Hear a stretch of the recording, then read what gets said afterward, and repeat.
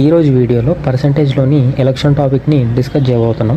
In an election between two candidates, the winning candidate secured 62% of total valid votes and won by a majority of 1440 oats.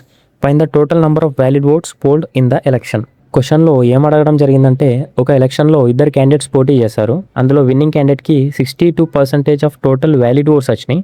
And అదే కాకుండా అతను 1440 ఓట్ల మెజారిటీతో గెలవడం జరిగింది. So ఆ ఎలక్షన్ మొత్తంలో వ్యాలిడ్ ఓట్స్ ఎన్ని అని క్వశ్చన్.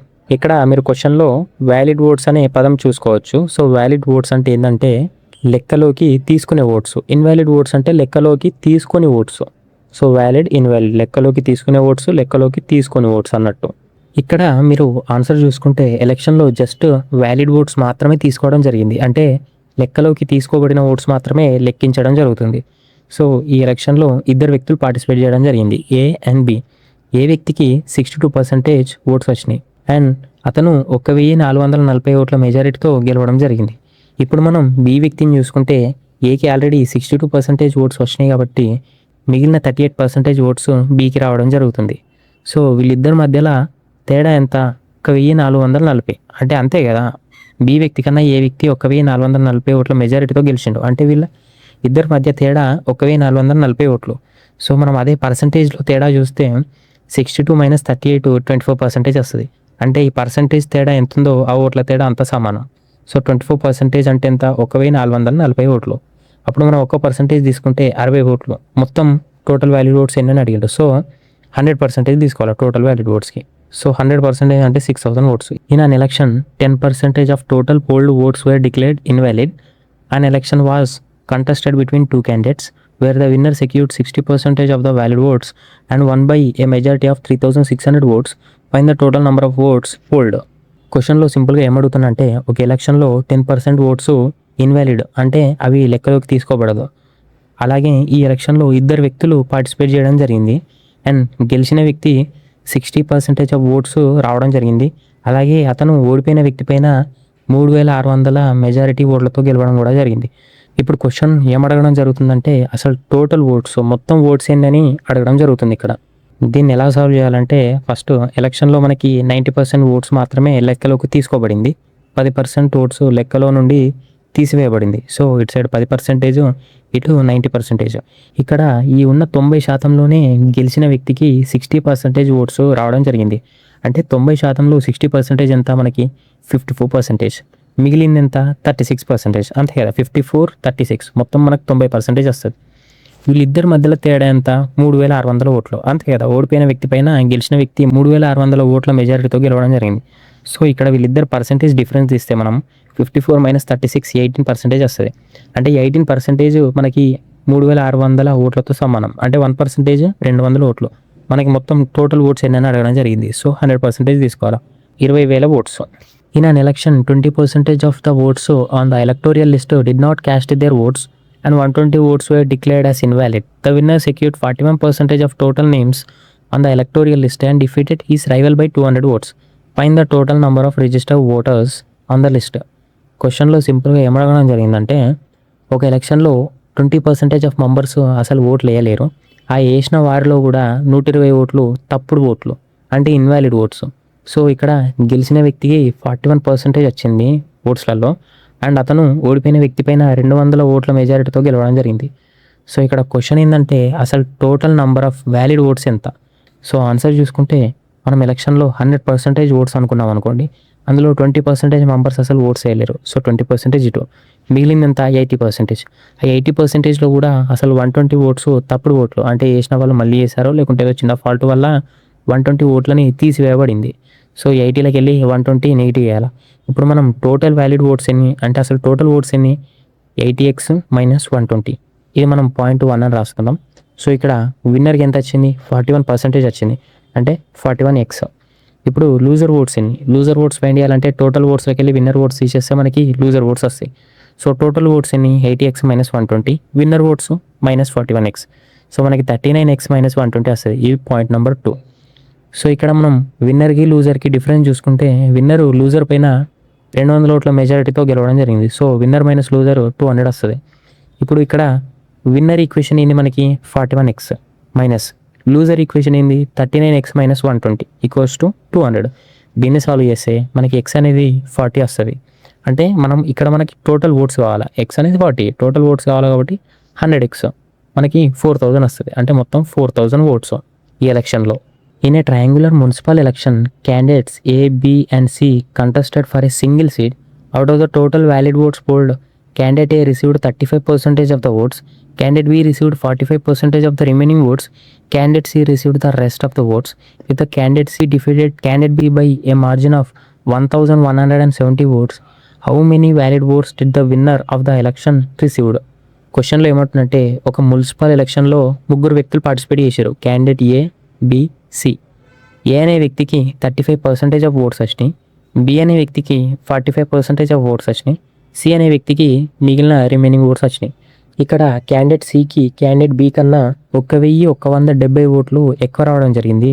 సో క్వశ్చన్లో ఏమడుగుతుందంటే, అసలు విన్నర్కి వచ్చిన ఓట్స్ ఎన్ని? ఈ ఆన్సర్ ఎలా సాల్వ్ చేయాలంటే, ఎలక్షన్లో మనం ఫర్ ఎగ్జాంపుల్ 10,000 యూనిట్లు ఉన్నాయి అనుకుందాం. ఏ వ్యక్తికి అందులో 35% వచ్చింది, అంటే 10,000 యూనిట్లలో 35% 3,500 యూనిట్లు. బి వ్యక్తికి మిగిలిన దాంట్లో 45%, అంటే 10,000లో ఆల్రెడీ 3,500 ఏకి వచ్చినాయి, మిగిలింది ఎంత? 6,500. ఆ 6,500లలో 45% అంటే 2,925 యూనిట్లు. ఇప్పుడు మిగిలిన యూనిట్లన్నీ సికి వచ్చినట్టు. 6,500 ఉన్నాయి కదా, అందులో 2,925 పోతే 3,575 యూనిట్లు సికి వచ్చినట్టు. ఇక్కడ క్వశ్చన్లో మనం పాయింట్ చూసుకోవచ్చు, క్యాండిడేట్ బికి క్యాండిడేట్ సికి 1,170 ఓట్లు డిఫరెన్స్ ఉందని. Candidate B candidate C difference తీస్తే మనకి 3,575x మైనస్ 2,925x తీసుకుంటే మనకి 650 యూనిట్ల ఆన్సర్ వస్తుంది. సో 650 యూనిట్లు అనేది ఏంది? 1,170 ఓట్లు, అంతే కదా. ఆ ఇద్దరి మధ్యలో తేడా మనకి 1,170 ఓట్లని క్వశ్చన్లో చెప్పడం జరిగింది. ఇక్కడ వాళ్ళ యూనిట్ల తేడా తీస్తే మనకి 650 యూనిట్లు వస్తుంది. ఇప్పుడు ఒక్క యూనిట్ ఎంత? 9/5. ఇక్కడ విన్నర్ రోలు మనం నార్మల్గా చూసుకుంటే ఏకి 3,500 వచ్చినాయి, బికి 2,900 చిల్లర, సికి 3,500. అంటే ఎక్కువ యూనిట్లు వచ్చినాయి వాళ్ళకి సికి. సో సిఏ విన్నర్ ఇక్కడ. బట్ సికి అసలు ఎన్ని ఓట్స్ వచ్చినాయని తెలవడానికి మనం ఒక్క యూనిట్ ఎంత? 9/5. సో మొత్తం ఎన్ని? 3,575. సో ఆన్సర్ 6,435 ఓట్లు. అంటే సికి 6,435 ఓట్లు వచ్చినాయి మొత్తం ఉన్న 10,000 ఓట్లలో. ఫిఫ్త్ క్వశ్చన్ చూసుకుంటే, in a direct election between two rivals 10% of the electorate did not vote and 60 votes were turned in blank or invalid. The winner was initially declared elected by a margin of 300 votes. However, a recount discovered that if 50 individuals who originally voted for the winner had instead cast their votes for the loser, the winner would have cleared the victory margin by only 10% of the total number of valid votes cast. Find the total number of voters registered on the election list. క్వశ్చన్లో సింపుల్గా ఏమడగడం జరిగిందంటే, ఒక ఎలక్షన్లో ఇద్దరు participate చేశారు and ఆ ఎలక్షన్లో 10% అసలు పీపుల్ ఓట్స్ వేయలేదు. ఆ వేసిన వారిలో కూడా 60 మంది ఓట్స్ ఇన్వాలిడ్. ఇక్కడ గెలిచిన వ్యక్తి ఓడిపోయిన వ్యక్తి పైన 300 మెజారిటీతో గెలవడం జరిగింది. అండ్ ఇక్కడ చిన్న ట్విస్ట్ ఏంటంటే, ఒకవేళ ఎలక్షన్ రీఎలక్షన్ ఆర్ రీకౌంట్ చేస్తే ఎవరైతే 50 మంది వ్యక్తులు గెలిచిన వ్యక్తికి ఓటు వేశారో ఆ 50 మంది వ్యక్తులు ఓడిపోయిన వ్యక్తికి ఒకవేళ ఓటు వేసి ఉంటే ఇప్పుడు గెలిచిన వ్యక్తి 300 ఓట్లతో కాకుండా జస్ట్ 10% మార్జిన్తో మాత్రమే గెలిచేవాడు. సో టోటల్ నెంబర్ ఆఫ్ అసలు ఓట్లు వేసిన వాళ్ళు టోటల్ నెంబర్ ఆఫ్ ఓటర్స్ ఎంత అని అడగడం జరిగింది. ఇక మనం ఎలక్షన్ని 100% ఆర్ 100 యూనిట్స్గా తీసుకుంటే అందులో 10 యూనిట్స్ అసలు ఓట్స్ వేయని వాళ్ళు అండ్ 90 యూనిట్స్ ఓటు వేసిన వాళ్ళు. ఆ 90 యూనిట్స్లో కూడా 60 ఓట్లు ఇన్వాలిడ్. సో మనం మొత్తం టోటల్ వ్యాలిడ్ ఓట్స్ ఎంత అని చూస్తే 90x - 60. ఇది క్వశ్చన్ నెంబర్ 1. అండ్ ఇనిషియల్లీ గెలిచిన వ్యక్తి విన్నర్ మైనస్ లూజర్, అంటే ఎంత మెజారిటీతో గెలిచిండు? 300 ఓట్స్ మెజారిటీతో గెలిచిండు. ఇది పాయింట్ నెంబర్ 2. అంటే విన్నర్కి లూజర్కి మధ్యలో 300 ఓట్స్ అయితే ఉన్నాయి. ఇది పాయింట్ నెంబర్ 2. అండ్ ఇంకోటి, ఇఫ్ రీకౌంటెడ్ అంటే ఒకవేళ రీకౌంట్ చేస్తే 50 మంది ఎవరైతే విన్నర్కి వేసారో ఓట్లు వాళ్ళంతా లూజర్కి వేసారు అనుకో, అప్పుడు అక్కడ గ్యాప్ ఎంత అవుతుంది అనేది చూద్దాం. అక్కడ గ్యాప్ మనకి 100 ఓట్స్ వస్తుంది. అంటే 50 మంది ఎవరైతే విన్నర్కి వేస్తారో వాళ్ళు లూజర్కి వేస్తే 100 ఓట్ల గ్యాప్ వస్తుంది. సో ఇది మీకు ఒకవేళ అర్థం కాకుంటే నేను చిన్న ఎగ్జాంపుల్ రూపంలో చెప్తా. క్యాండిడేట్ ఏ క్యాండిడేట్ బి ఇద్దరు ఉన్నారు అనుకోండి. క్యాండిడేట్ ఏ దగ్గర 10 చాక్లెట్లు ఉన్నాయి, క్యాండిడేట్ బి దగ్గర 10 చాక్లెట్లు ఉన్నాయి. క్యాండిడేట్ ఏ తన దగ్గర ఉన్న 5 చాక్లెట్ని క్యాండిడేట్ బికి ఇచ్చిన అనుకో, ఇప్పుడు క్యాండిడేట్ ఏ దగ్గర 5 చాక్లెట్లు అయితే క్యాండిడేట్ బి దగ్గర 15 చాక్లెట్లు అయితే, అంటే వాళ్ళిద్దరి మధ్యలో డిఫరెన్స్ ఎంత? 5కి 15కి 10. అంటే ఇక్కడ 5 చాక్లెట్లు మాత్రమే ట్రాన్స్ఫర్ అయినాయి, బట్ డిఫరెన్స్ మాత్రం 10 వచ్చింది. సో ఇక్కడ 50 మంది పీపుల్ ఓట్లు ట్రాన్స్ఫర్ అయినాయి కాబట్టి డిఫరెన్స్ ఎంత వస్తుంది మనకి? 100 ఓట్లు వస్తుంది. సో ఇప్పుడు ఫైనల్గా విన్నర్కి లూజర్కి మధ్యలో 300 ఓట్లు కాదు 200 ఓట్లు, ఎందుకంటే 100 ఓట్లు గ్యాప్ వచ్చింది కాబట్టి 300లకి వెళ్ళి 100 తీసేస్తే 200. ఇది పాయింట్ నెంబర్ 3. సో మనం ఇప్పుడు ఎట్లా రాయాలంటే 200 లెఫ్ట్ సైడ్, ఇది ఓట్ల గ్యాప్ ఈక్వల్స్ టు ఆయన ఎంత పర్సెంటేజ్ గెలిచిండు, 10% వ్యాలిడ్ ఓట్స్ పైన. So 200 gap equals to 10% by valid votes. Equation ఏంది మనకి 90x - 60. సో దీన్ని సాల్వ్ చేస్తే మనకి x ఈక్వల్స్ టు 2069 వస్తుంది.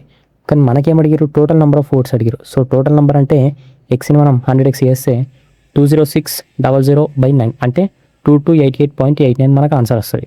ఎవరికైనా ఈ ఈక్వేషన్ పైన డౌట్ ఉంటే మీకు సింపుల్గా ఎక్స్ప్లెయిన్ చేస్తా చూడండి. ఇక్కడ 200 అనేది విన్నర్ లూజర్ మధ్యలో గ్యాప్, అంటే విన్నర్ లూజర్ పైన 200 ఓట్స్ గెలవడం జరిగింది కాబట్టి వాళ్ళిద్దరి మధ్యలో గ్యాప్ 200.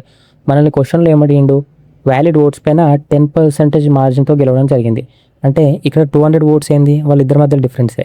అతను ఎంత మార్జిన్ పైన గెలిచిండు, 10% మార్జిన్. నేను ఫస్ట్ సెకండ్ క్వశ్చన్లో ఎలా చెప్పా, percentage difference equals to votes డిఫరెంటే. సో మనం ఓట్స్ డిఫరెన్స్ ఇటు సైడ్ వేసినాం, పర్సంటేజ్ డిఫరెన్స్ ఇటు సైడ్ వేయాలా. అది ఎంత, 10%. బట్ క్వశ్చన్లో ఏమడిగిందంటే వ్యాలిడ్ ఓట్స్ పైన 10% అన్నాడు. సో వ్యాలిడ్ ఓట్స్ మనకు 90x - 60 10%. So first second third క్వశ్చన్స్లో ఎలా చేసామో అలాగే. బట్ ఇక్కడ కొంచెం కాంప్లికేటెడ్ ఉంది కాబట్టి మీకు అర్థం కాకపోవచ్చు. ఇక్కడ లెఫ్ట్ సైడ్ మనకి ఓట్స్ ఉన్నాయి, రైట్ సైడ్ పర్సంటేజ్ ఉంది. ఇంతకుముందు క్వశ్చన్స్లో ఎలా ఉండేదో అలాగే ఉంది, బట్ కొంచెం ట్రిక్కీ ఉంది అంతే.